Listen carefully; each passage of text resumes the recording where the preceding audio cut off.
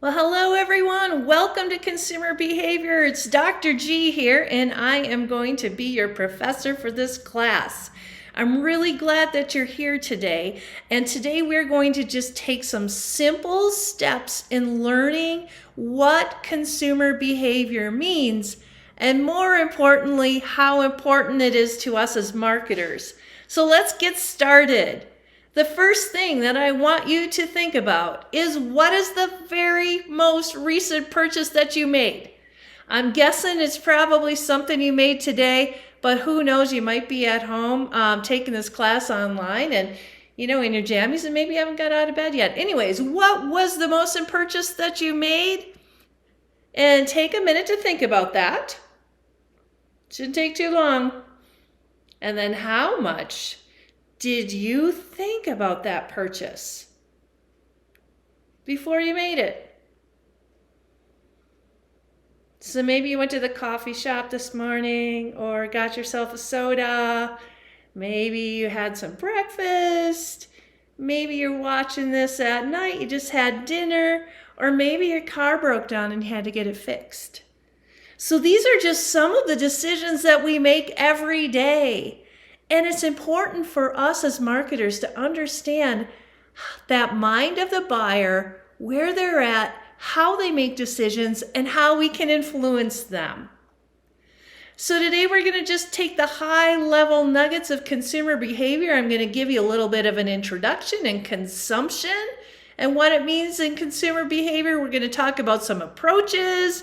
Also, why is it important for us to study this stuff? And then finally, how has consumer behavior changed from a technology perspective and how we as consumers have changed?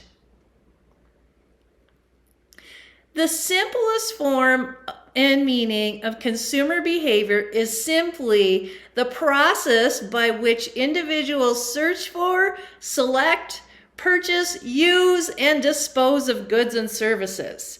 And then also we look at the satisfaction in terms of what your needs are and what your wants are. So the first thing that we want to look at is, I want you to think about consumer behavior is really human behavior. We're all different people and we act differently. We have different needs and wants and experiences, and we come from different backgrounds. So what consumer behavior means to us is that it is a set of value-seeking activities that takes place as we go about addressing what our real needs are. And right now you can think about, what is your real need? Is it to finish this class and get it done? Because the product really is me talking to you then. Is it you're hungry, you need to get something to eat? Is it, how am I going to make my mortgage payment? We have all kinds of needs in our lives, and we go through a process of trying to figure out the value of how we're going to meet those needs. We think about it with our brains. We feel it. We have an emotional connection somehow to making that decision. And then those things influence how we behave. And the thinking, the feeling, and the behaving are the ways we go about seeking value in solving our needs. So let's talk a little bit about consumption and consumer behavior. Basically, what consumption is you're taking something and you're consuming something, whether it is a product, a service, an idea. You're getting some sort of value out of something. And we go through a very simple process of, the first thing is you got to have a want or a specific desire in representing a way to go about solving that need that you have or consuming that need. So the want then leads to, how am I going to solve this? The exchange, the acting out of that decision of giving something up in return for something perceived of greater value. And the exchange is all of these decisions that we have to make and the process that we go through by, what am I going to get in return? How am I going to solve this? And then there's two things that we think about. One is the cost. The cost are the things that are negative to us. Is it I'm going to have to output some money or some time, convenience, maybe the cost of doing business with someplace or somewhere I don't like? And then the benefits, on the other hand, are the positive things. I'm going to fulfill the need of needing a cup of coffee right now because I'm a little bit tired. The benefit is, oh, I have a Starbucks card. I'm going to get some reward points, so I'm going to go there. Or the benefit could be, I really like the people who know my name and wait and serve me every day. So we look at those things. We know what we want. We go and we figure out how we're going to get that done. And then we have this calculation of costs and benefits. So why do we even study marketing as marketers? Why do we study consumer behavior? There's a lot of reasons, because there's only so many resources in the world. You only have so much of a budget as a marketer. We only have so many time, and we only have so many people or technology or investments to get the stuff done. So those are some reasons. And usually consumers only have about 150 total products that they use in their lifetime. So think about that. That's not a whole heck of a lot. So how are you going to get yourself into that 150 typical sets of products? And if it's something outside of the norm, how are you going to get your product or service in that mix? We also know that most products fail in the first year or even the first 5 years if you're launching a product. So as a marketer, you need to understand how consumers behave because you don't want your product to fail. As we know, consumers often lack the understanding, or people in businesses or marketers often lack the understanding of the consumer market and what causes things to succeed or fail. So helping us understand the mind of the buyer will really help us make a better marketing strategy. So where does all this come from? The really cool thing about consumer behavior is that we draw from a lot of different disciplines. We draw from psychology, meaning the mind, the cognitive thinking, emotion, sociology, and anthropology. How do we deal with different people? Where do our behaviors and our habits come from? We also look at history and law and neuroscience and economics. How do we pay for things, and what are we going to give up to get what we want?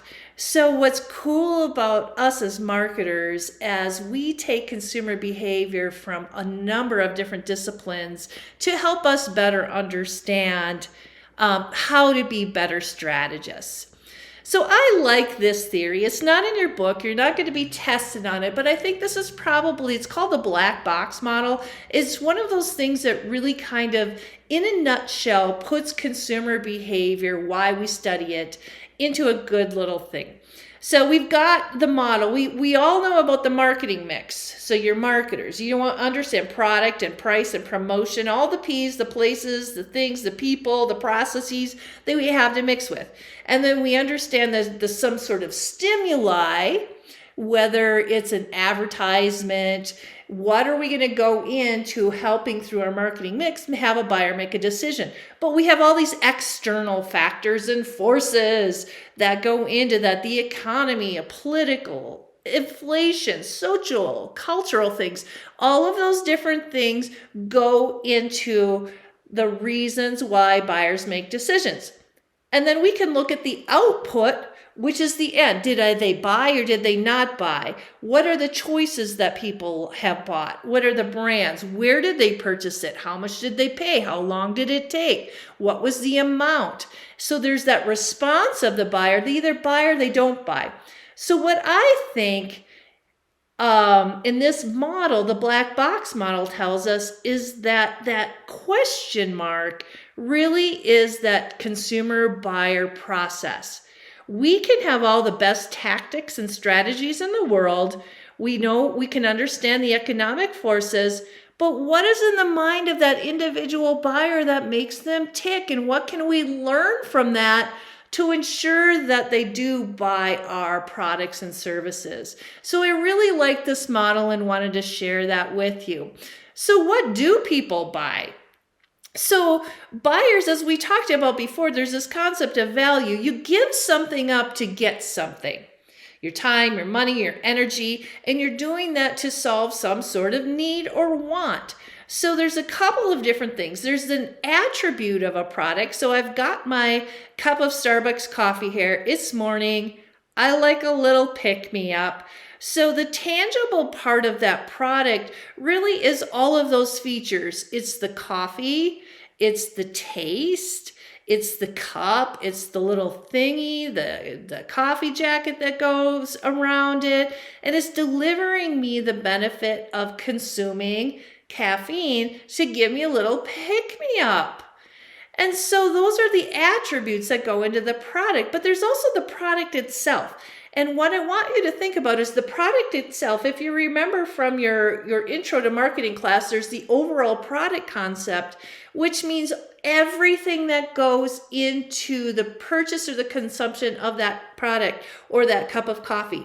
So it could be the product is that overall value bundle set. Maybe I like to go to Starbucks because it's on my way to school when I teach, or because I really like the person who says, hey, Kristy, here's your cup of coffee. Maybe I like Starbucks because I can sit in there and chill for a while, do a little studying, do a little course prep, hanging out with friends. So don't think of it just as the tangible items. Think of that whole product concept, which is the product itself. So that's why people buy. They don't just buy the thing itself or get to solve the need. They want the overall value. So one of the things I want to talk about in consumer behavior is that, as you know, as marketers, things change all the time. Today is going to be different from 5 o'clock today or midnight or tomorrow. And there's a lot of different forces and dynamics that help us, we have to really keep abreast of and understand as it relates to the behaviors of consumers. Internationalism, globalism, how technology helps us understand consumers and how consumers adapt to technology to more quickly or better in a better experience fulfill their needs. How do we communicate? Communications channels change all of the time. Messages. We have big data analytics. We have artificial intelligence, machine learning, all of those things that help us understand and create better products and understand those needs of the consumers. And of course, age-old demographics, who you are, where you live, what gender you are, how much money you make, and there's a bunch of psychographics that go into that as well, and behavioral. So these things change all the time. So we don't get to win by doing things the same over and over again in marketing. We got to switch it up and really understand what's going on. So that's the super high level, how you get into consumer behavior, what you need to know. And I want you to think about, is there any surprises? Is this what you thought consumer behavior was going to be? What do you relate to as a consumer and as a marketer? And how do you think this information is going to help you?